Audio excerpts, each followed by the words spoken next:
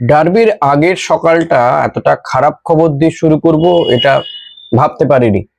সত্যি এই খবরটা দিতে চাইও নি, কিন্তু দিতে তো হবেই। খবর বলে কথা, সেটা নিয়ে আলোচনাও করতে হবে।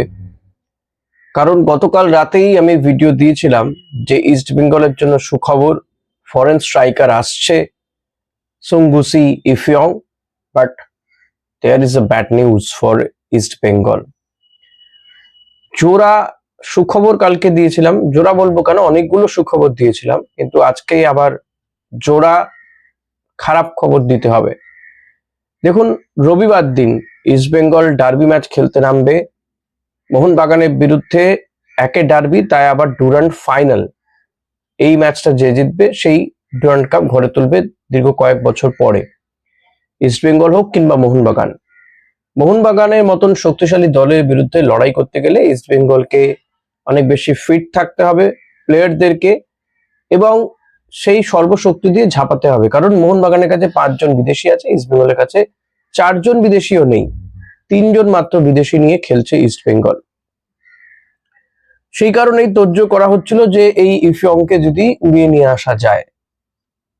পাশাপাশি যে টিমটাও খেলছে, এই আল আরবির বিরুদ্ধে যে টিমটা খেলেছিল সেই টিমকেও পাচ্ছে না ইস্ট বেঙ্গল। জেসিন টিকের চোট, বিষ্ণুর চোট, এরকম একাধিক ঘটনা ঘটেছিল। ফলত যে ইস্ট বেঙ্গল ক্লাবের প্লেয়াররা বা সমর্থকরা ভাবছিল যে ডুরান্ডের প্রথম ম্যাচে যেভাবে ডার্বিতে হেরে গিয়েছিল ইস্ট বেঙ্গল, একেবারে আনপ্রিপেয়ার্ড টিম নিয়ে 2-3 দিনের প্র্যাকটিসে একেবারে পাড়ার ক্লাবের মতন ম্যাচ হয়েছিল, তো সেই ডার্বির একটা বদলা নেওয়া যাবে। কিন্তু হঠাৎই খারাপ খবর একের পর এক, যেটা সত্যি দিতে গিয়ে আমার খারাপই লাগছে। তাহলে কি বদলা নেওয়া হবে না?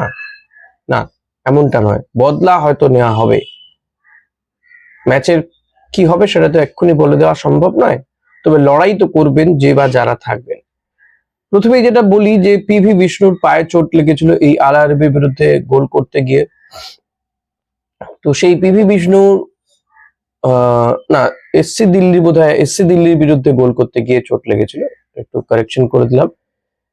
তো পিভি বিষ্ণুর সেই চোটটা কিন্তু ভোগাবে তাকে। আগামী অন্তত একটা সপ্তাহ পিভি বিষ্ণুকে ইস্ট বেঙ্গল পাবে না। ফলত ডুরান্ড ফাইনালে পিভি বিষ্ণুকে পাওয়া যাচ্ছে না।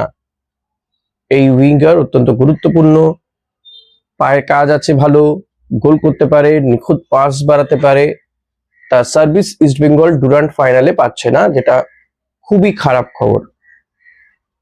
এর পাশাপাশি জেসিন টিকেরও চোট রয়েছে, যদিও জেসিন হালকা প্র্যাকটিস করেছে, হয়তো জেসিনকে খেলানো সম্ভব হবে, সেই তোড়জোড় চলছে, জেসিন টিকে খেলবে, কিন্তু কতক্ষণ তাকে খেলাতে পারবে সেটাও একটা বড় প্রশ্নের মুখে। বিদেশি স্ট্রাইকার ইফিয়ং এর নিয়ে আমরা প্রচুর কথা বলেছি, প্রচুর স্বপ্নও দেখেছেন হয়তো আপনারা, আমরাও দেখেছি।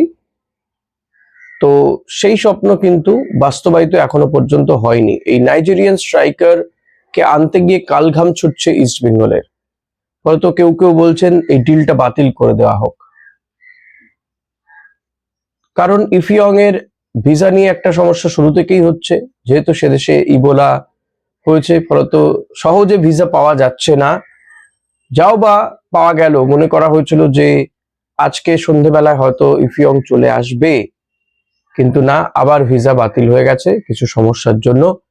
ফলত ইফিয়ং এক্ষুনি আসছে না, আসবে যত দ্রুত সম্ভব, হয়তো তাকে আনার চেষ্টা চলছে, বাট ইস্ট বেঙ্গল এক্ষুনি আসছে না। প্লেনের টিকিটটা কনফার্ম থাকলেও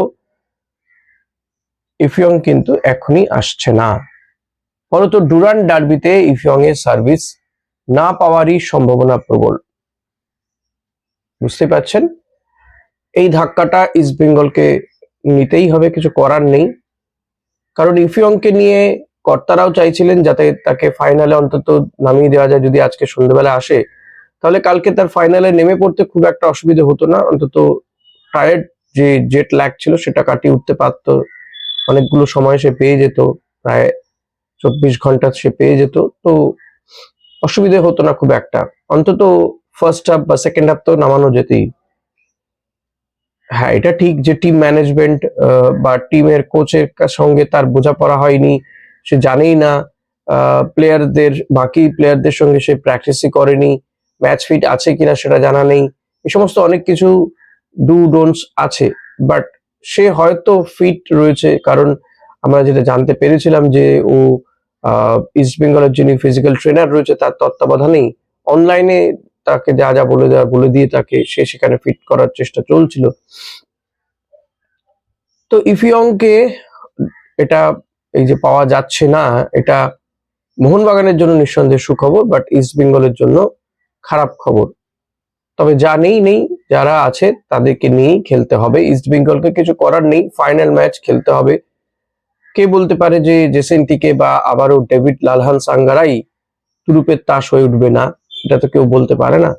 ডেভিডেরও গোল করার ক্ষমতা আছে, জেসিনের গোল করার ক্ষমতা আছে। হ্যাঁ, এটা ঠিক যে সেমিফাইনাল ম্যাচে প্রচুর গোল মিস করে তারপর গিয়ে ম্যাচটা জিতেছে, তো সেটা সব দিন হবে এমনটা নয়, আবার এমনটাও নয় যে এতগুলো পাস পেয়ে গোল করে দিতে পারবে। ডার্বি বলে কথা, তা ডার্বিতে এত সুযোগ তো পাবে না। কিন্তু মোহনবাগানও যে খুব সুখে আছে এমনটা নয়, মোহনবাগানও ওই শিলং থেকে ফিরতে গিয়ে নানান জটিলতার মধ্যে দিয়ে আসছে, ফলত তারা খুব বেশি সময় প্র্যাকটিস করারও পাবে না। এমনিতেই তাদের বিদেশিরাও কেউ যে ফিট আছে খুব বেশি এমনটা নয়, 90 মিনিটস খেলার মতো আমার মনে হয় রড্রিগেজই বোধহয় ফিট আছে, আর বাকি প্লেয়াররা কেউই সে অর্থে বিদেশিরা 90 মিনিট খেলার মতন পজিশনেই নেই, জেমি ম্যাকলোরেন থেকে শুরু করে মিগুয়েল। সো ইস্ট বেঙ্গলের যেমন সমস্যা আছে মোহনবাগানেরও সমস্যা আছে, তবে একটা বিষয় ঠিক যে ইস্ট বেঙ্গল বা মোহনবাগান প্রথম ম্যাচটা যে অবস্থায় খেলেছিল তার থেকে বেটার কন্ডিশনে এখন রয়েছে, অনেকগুলো ম্যাচ খেলে ফেলেছে, প্র্যাকটিস হয়েছে অনেকগুলো দিন, সেটা একটা বড় বিষয় যে তারা অনেক বেশি ফিট হয়ে গিয়েছে আগের তুলনায় অন্যান্য প্লেয়াররা। কিন্তু লড়াইয়ের মূল চাবিকাঠি কিন্তু থাকবে ভারতীয় প্লেয়ারদের হাতেই, তারাই ঠিক করে দেবে এই ম্যাচটাতে কে বা কারা জিতবে, কারা হবে ডুরান্ড চ্যাম্পিয়ন দীর্ঘ কয়েক বছর পরে। তো আমি কালকেও বলেছিলাম যে তুল্যমূল্য লড়াই হবে, ডার্বির একটা আবেগ রয়েছে, টিকিট বিক্রি হচ্ছে প্রায় শেষের পথে, টিকিট প্রচুর টিকিট বিক্রি হচ্ছে, একে রোববার ডুরান্ড কাপের ডার্বি ফাইনাল ম্যাচ, অনেকগুলো ইকুয়েশন রয়েছে। তো মিনিমাম টিকিটের দাম হচ্ছে 250 টাকা, প্রচুর মানুষ যাবে, আপনারাও যান, এখনো যারা টিকিট কাটেননি যান, মানে ম্যাচটা মাঠে গিয়ে দেখুন, প্রিয় দলকে সমর্থন করুন। তবে আমি এটুকুই বলবো যে নিজের মনকে শান্ত করুন, মন খারাপ হতে পারে, বাট ঠিক আছে, যা নেই, যা আছে তাই আছে, ঠিক আছে। পুরো টুর্নামেন্টটাই তো ইফিয়ংকে ছাড়া খেলছে, তবে যারা বলছেন ডিলটা বাতিল করে দেওয়া উচিত, কিছু করার নেই। দেখুন, একটা দেশে যদি এরকম সমস্যা হয়, সেই টিমে সেই দেশে প্লেয়ারকে তাহলে কি বাতিল করে দেওয়া যাবে? বুক করে, মানে তার সাথে কন্ট্রাক্ট হয়ে গিয়েছে, এরকম ভাবে তো হবে না। এমনিতেই বাকি দুই বিদেশিও নেই ইস্ট বেঙ্গলের, চেষ্টা চলছে, হয়তো একজন ডিফেন্ডারের সাথে কথাবার্তা অনেকটা এগিয়েছে শোনা যাচ্ছে, ক্রোয়েশিয়ার একজন ডিফেন্ডারের সঙ্গে কথাবার্তা চালাচ্ছে ইস্ট বেঙ্গল, অনেকটাই ডিল ক্লোজের দিকে এগোচ্ছে। সো লেটস সি কি হয়। তবে হ্যাঁ, যদি ডুরান্ডে নাও পাওয়া যায়, এএফসি আছে, আইএসএল এখনো পড়ে আছে, এখনো অনেক খেলা বাকি আছে, এটা তো সবে প্রিসিজন টুর্নামেন্ট। হ্যাঁ, এই প্রিসিজন টুর্নামেন্টটা যদি ট্রফিটা পেত ইস্ট বেঙ্গল, তাহলে নিঃসন্দেহে ভালো হতো, ভালো হয়ও, দেখা যাক, খেলা তো অনেক বাকি, এখনই আশাহত হয়ে যাওয়ার কিছু হয়নি। Let's hope for the best, chair up করুন নিজের দলকে, মন খারাপ করে বসে থাকবেন না, যা হওয়ার হবে দেখা যাবে কাল সন্ধ্যেবেলায়। Thank you.